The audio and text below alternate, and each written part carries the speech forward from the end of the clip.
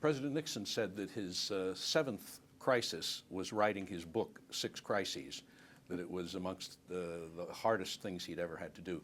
You are now a newly minted author. Have you finished the book? The manuscript is completed of my book. It's taken 4 years, and Mr. Nixon was correct. It is among the hardest things anyone would ever do. I had a choice. I could either have done a quick book in 8, 10, 12 months and not referred to the millions of pieces of paper I've collected over my 78 years of life, or I could do what I did and take 4 years and use the source material. I decided to do the latter. It's been an enormous project for me, having never written a book. The title is A Known Unknown, and writing a book was an unknown for me. But I've enjoyed it. Bill Sapphire, our friend from the Nixon administration, said you have to enjoy doing it and end up loving every word. So that's a big challenge, but the manuscript's now at the publisher, and I'm looking forward to it's coming out in February. Let me ask what I think of as a Brian Lamb question. How did you write it? Do you write on yellow pads, with pen, with ballpoint pen, with a computer? What's the author's regimen like? It's embarrassing to have to answer the question as to how did I write it. I am so old, I still use a dictaphone with a tape that goes around. It's not even electronic or digital. I would dictate, and the next thing I would do, I put together a team of about 6 or 8 people. We would invite people in from different portions of my life, and we'd sit them down and begin a discussion, transcribe the discussion, and then I would dictate off of that transcription what we had discussed to remind myself and calibrate my memory. And then we would go back to all the documents that I had dictated over the years. I still have my parents' letters from World War II. I dictated a memorandum after each vote I cast during my 4 terms in Congress. I had to keep notes of every meeting I had with President Ford so that we could take the notes and then see that the things he wanted done were executed after that. And then I dictated, I'm told, 20,000 memos during my second tour as Secretary of Defense. We took those documents and then fashioned the different chapters and the different elements of my life. And I understand that this is going to be a very innovative memoir because of the documentation, that it's going to be supplemented by what we in the old days would have been called a document dump.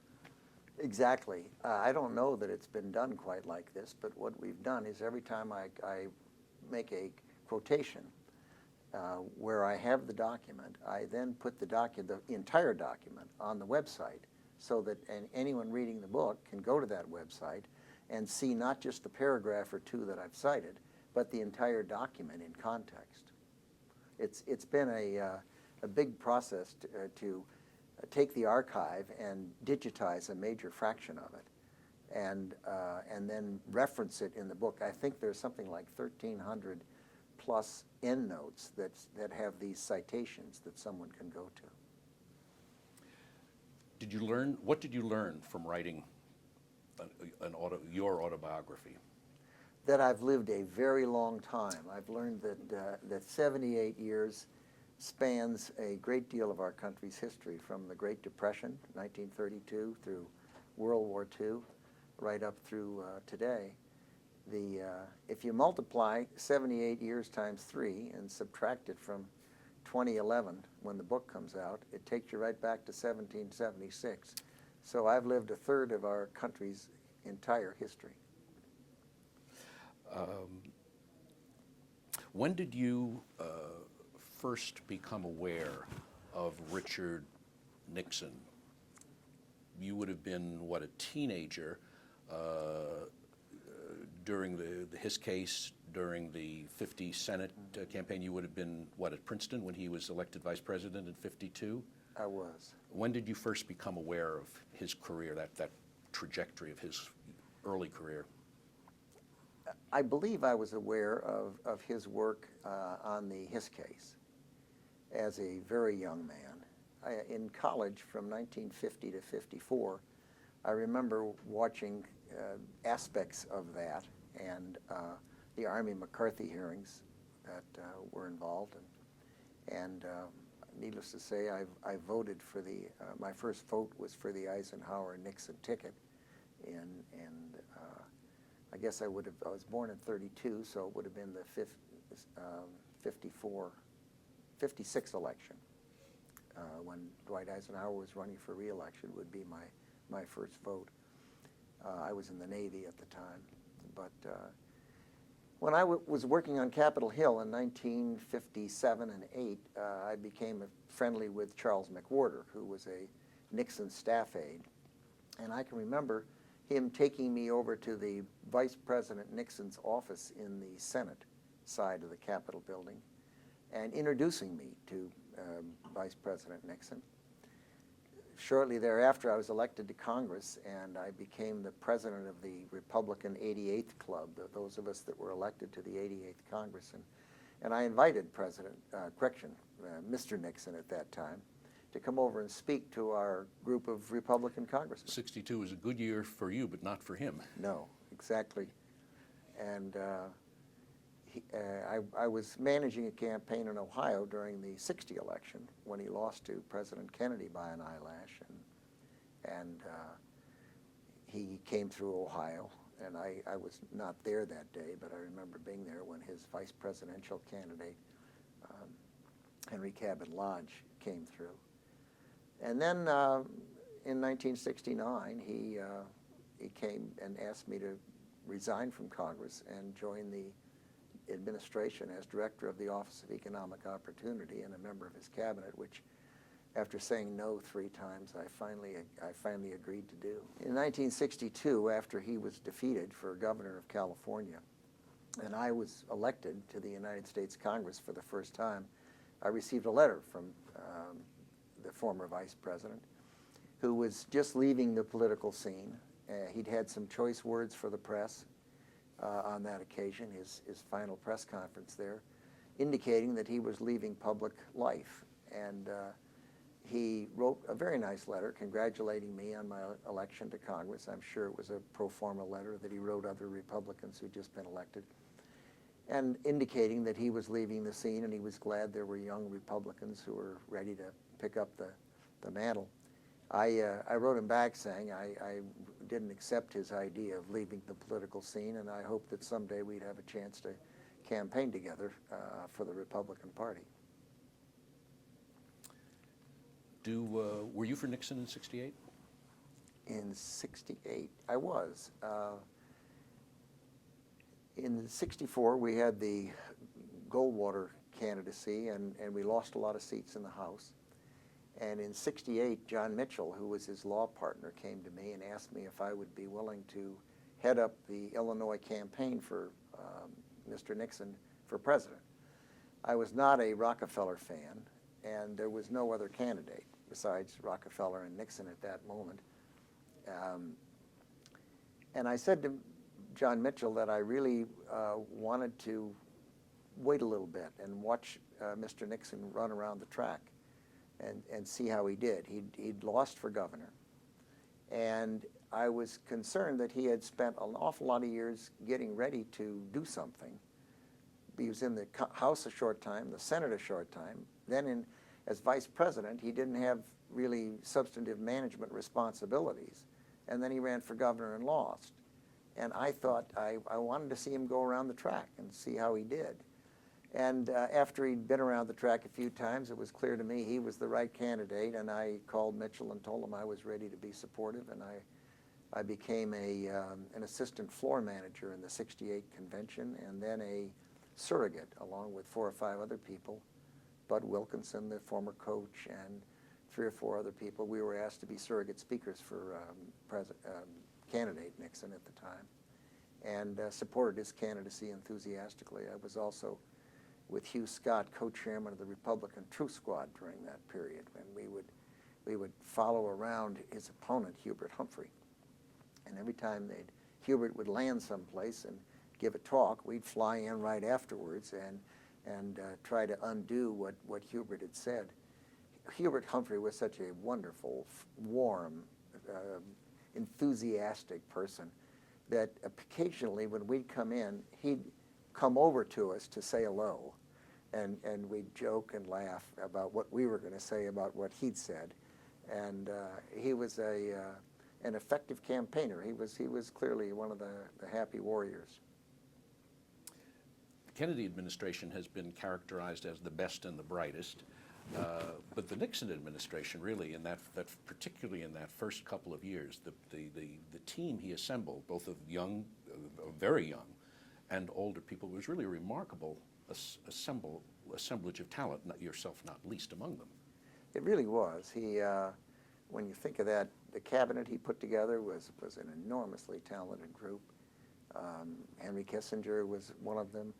Yeah, Greenspan was not there with Mr. Nixon, but it was Nixon who nominated him. And when I came in as chief of staff for President Ford, I was immediately called by the Senate, and the Senate said, the people in the Senate said, we have these Nixon nominations. What should we do with them? And I said, well, who are they? And one of them was Alan Greenspan, who'd been nominated as chairman of the Council of Economic Advisors, and it was pending in the Senate. They didn't know whether to confirm a resigned president's nominee or not. And I remember talking to President Ford and saying, goodness, I knew Alan because I'd been on the Joint Economic Committee, and Alan Greenspan was one of our advisors. And so there was an example. Of course, Dick Cheney worked in that administration, and Frank Carlucci worked in that administration, and George Shultz was Sapphire. Bill Sapphire, Pat Buchanan, just an enormous number of talented people, Max Friedersdorf. Yeah. Those were the years of Vietnam. And you'd been in Congress for 3 terms at that point. Yeah, I was in my 4th term in 1969. In the 4th term, yeah. Before you joined the administration. What was Vietnam like then? People today think about the wars that we're experiencing and the degrees of protest, but those years were the first. It was the first time that a major war was being fought on television and was being opposed by large numbers of people at home. It's interesting. Younger people today look at this period and think about the protests and the concern about the wars and the like. With the assassination of President Kennedy and the assassination of Martin Luther King and Robert Kennedy and the protests for the Vietnam War, there were periods when hundreds of schools shut down and millions of students were out, and there were shootings at Kent State, and there was a shooting, as I recall, at Mississippi State. The level of violence and opposition to government, the blood being thrown on the Pentagon, the bombings at the University of Wisconsin computer centers, they digging up graves in the lawns of people like Robert McNamara and Dean Rusk. It was a terrible, terribly difficult time for our country. And compared to today, the difference is just enormous. I mean, it was so much worse. I remember we came back into Washington, D.C. one time and the city was burning. The smoke was just rising from it. Whole city blocks had been destroyed. Joyce and I were asked to show identification before we could come across the bridge from the Reagan airport, not called Reagan then, but the Washington National Airport, to get into Washington, D.C. to go home. The National Guard was on the corners of street after street after street. And I really believe that part of the difference today is, even though there are people who disagree with the wars that are going on and the way the administrations have handled certain aspects of them, the fact of the matter is that the fact that we have an all-volunteer military, which was established by Richard Nixon in his presidency, has made an enormous difference, because we're giving people the choice of serving their country or not, instead of requiring them that they serve and then exempting certain privileged classes, teachers, students, conscientious objectors. Today, anyone who wants to serve can raise their hand and serve. And back in those days, General Pace would tell you that when he came back from Vietnam in his Marine Corps uniform, he was told by his friends to take it off because you'd find that people would be unpleasant to you, and if you were in a military uniform. Today, that's not the case. People can disagree with the war, but there's enormous respect for the men and women who serve in the military, as there should be. Did you keep up with President Nixon after he resigned? I did keep up with President Nixon after he resigned. I didn't see him frequently. He was out in California, and I was in Chicago running a company. But I can remember one morning I was in the office about 7:30, and the phone rang. And here's a man who had to resign the presidency, had been terribly ill, who could have tossed it in and said, that's it, and just become recluse and not dealt with people or things. But he didn't. He picked up the phone. He called me at 7:30 in the morning. I guess it was earlier. He was in, I don't know where he was, California or New Jersey, and he said, Don, I want to talk to you about the Pentagon. I'd been Secretary of Defense for President Ford before I went to Chicago to run G.D. Searle. And he said, I want to talk to you about the Pentagon. Walk me through the chain of command, how it works. And I said, well, what in the world are you doing? He said, I'm writing a book. And here's this man who had every reason to just want to chuck it. But he didn't. He pulled himself together and went out and wrote and thought and spoke and contributed in a substantive way, a thoughtful way, a strategic way to the important national issues and international issues that were being debated in the world, to his great credit. I remember he invited me to, I think his house was in some place called Saddle River, New Jersey, and he was having the King of Morocco for dinner. And at the dinner was Ken Rush, who'd been Deputy Secretary of State, and some Moroccan dignitaries, and I think Vernon Walters was there, General Walters, who had been a friend of the president's. And there were probably 8 or 10 or 12, and he stood up to make a toast at the end of the dinner, and it was just almost the kind of a toast you'd make if you were president at a state dinner. And it was thoughtful and insightful and eloquent. He made a practice of doing it without notes. He worked it so hard himself beforehand that he didn't need notes. But he then did a very clever thing. He asked the king if the king would be willing to give the small gathering an off-the-record discussion or thumbnail sketch of the key leaders in the Middle East. And of course, the key leaders in the Middle East back in those days, as today, are interesting personalities and characters. And the king stood up and responded and said he'd be happy to, and gave a wonderful, wonderful description of 6 or 7 of the important leaders of the Middle East. I wish I had some way to have made notes or something, but it wouldn't be terribly gracious to sit there at a small dinner making notes. But it was memorable. You've been here to Yorba Linda several times, I think. One of them was for the President Nixon's funeral. I have. Joyce and I have come out here. I think this is probably our 3rd visit, and the last time was the funeral. The gathering that day was large and impressive. I remember Reverend Billy Graham made some remarks. President Clinton spoke, who was the incumbent president. I think Bob Dole did. And it was a very moving occasion. I can remember sitting there with Joyce, and when the service ended, it was a gathering of people who'd worked in the Nixon administration. And I remember turning to Joyce and saying that I can almost picture Richard Nixon up there smiling during the service. Service ended, there was a receiving line, and everyone stood in line to speak, I guess, to, I don't know who we went through, but probably was Julie and Tricia. And I remember Julie, who was a friend from my days chairing the Eisenhower Fellowship Program, and she leaned over and whispered as she put her cheek to mine, and she said, I think he would have liked it.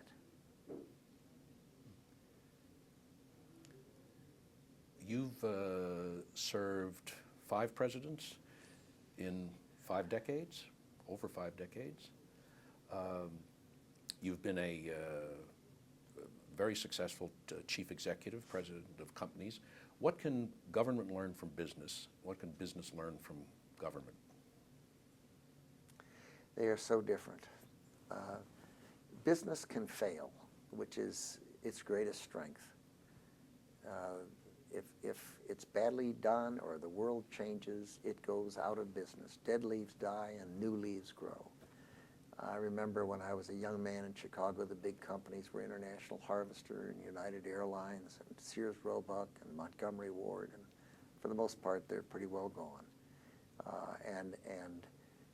What happens in business is that the good decisions are made, bad decisions are made, and pieces of things continue, the good things and the things that have strength and staying power. Government can't fail, so it just stays there. And it can become enormously inefficient and unproductive and unhelpful. And it isn't until something's quite extreme before the public says, well, that's wrong, we've got to do something about that. And then it's kind of a delayed reaction. In business, the reaction's much earlier, and it is, as a result, business is either vastly more efficient and productive than government, or it ends. It goes away, and what's left is efficient and more productive. It's a great advantage to have been in both, I think. The one thing about government also is the energy and creativity in our society comes from small and medium-sized businesses. That's where the job growth is. That's where the energy is. That's where the new products come from. The big companies are less so because they deal with government. And to deal with government, you've got to become almost like government. You can't interact with something as big as the United States government unless you're pretty big and you have all the lawyers and all the lobbyists and all the consultants that enable you to have that interaction that's successful with government. Medium-sized and small companies can't do that, so they stay away from government because it sucks up their energy and their time. But I think that it is important for people in government, and it's unfortunate that many administrations don't bring people into the government who've had business experience. In fact, the current administration has probably the lowest number of people who've worked in business. The tendency is for lawyers and academics to go into government because those careers better position a person to be in government than does business. But government needs to have people who've served in business. It would be a mistake to think that someone successful in business is going to necessarily be successful in government or vice versa. Can you talk about NATO and the Year of Europe? Well, when I was asked to go over and become U.S. ambassador to the North Atlantic Treaty Organization, that had not been the focus of President Nixon's presidency up to that point. If one thinks about it, he'd been focusing on China and focusing on the Soviet Union. Europe felt neglected. Europe was our most important set of allies in NATO. If one looks down from Mars on Earth and says, well, what other countries are the most like the United States that have reasonably free political and reasonably free economic systems? The bulk of them are in Western Europe, and back in those days. So it was something that he recognized had enormous importance for the United States, but that he had not been focusing on. And there was concern in Europe about what they were calling a condominium, separate arrangements between the United States and the Soviet Union. And he and Henry Kissinger, to their credit, decided they wanted to focus on Europe for a period and make sure that those linkages were tight and as strong as they needed to be. So the Year of Europe was their announcement that they were going to focus on Europe, And I was over there during that period, which was interesting. I enjoyed it and had some wonderful cooperation from. The United States tended to send people to NATO who had linkages to the president. They would be not career Foreign Service officers generally. They would be someone who the Europeans could feel confident was speaking for the president. Conversely, the European countries, NATO was just enormously important to those European countries, and so they would send the very top of their Foreign Service, their professionals. So Joyce and I ended up working there during that period with some of the finest career Foreign Service ministry, foreign ministry people in the NATO countries. Back in those days, there were 15 NATO countries, and almost to a man, they were individuals who were the Tiffany of their foreign services. And it was a great experience for me, and I was reluctant to leave it. How would you describe Richard Nixon's legacy? Oh, I think Richard Nixon's legacy can be described in many ways. Certainly the peacemaker characterization is accurate, that he was a person who engaged in this bold stroke of opening to China, the People's Republic of China. As a young congressman, I was on the committee of 1 million against Red China. And here's this conservative president who had the standing to be able to do that, to open up the United States to China and have it become somewhat of a counterweight for a period against what was then the Soviet Empire and expansive Soviet Empire. I think one we mentioned earlier is a legacy of Richard Nixon's are the people he brought into government. The people he brought into government were, the Pat Moynahans, the Bryce Harlows, all of these full range of people. Those individuals went on to serve our country in a variety of different ways over many decades thereafter. And it's to his credit that he paid attention to people and the quality of the people that he was bringing in to serve in the United States government. So that was an important legacy, it seems to me. I mean, it's funny to think of it, but when he asked me to become director of the Office of Economic Opportunity, I had working for me there Frank Carlucci and Dick Cheney. There were three people who later became secretaries of defense who were working in the Nixon administration in Lyndon Johnson's war on poverty. Now that's most unusual. And then there are so many other things. I mean, the all-volunteer Army, I think, ranks right up there. The fact that we now recognize that we want people in the military who want to be there, who want to raise their hands and say, send me, and we want them as often as possible to make careers of it and to become professional at it, and to pay them a competitive wage, and to, as opposed to forcing a lot of people in and then leaving a few privileged classes out. So I think that was terribly important, that he was courageous enough to oppose the old bulls in both political parties, Republicans and Democrats. The senior members, they were wedded to the draft. They did not want to change that, and Richard Nixon had the courage to follow up the genius of Dr. Milton Friedman, who was the one who was pushing the hardest and got me as a young congressman to introduce the legislation. How would you describe Donald H. Rumsfeld's legacy? Oh my goodness, I think that I married Joyce. That's my legacy. That's your greatest accomplishment. What's your greatest legacy? Only time will tell.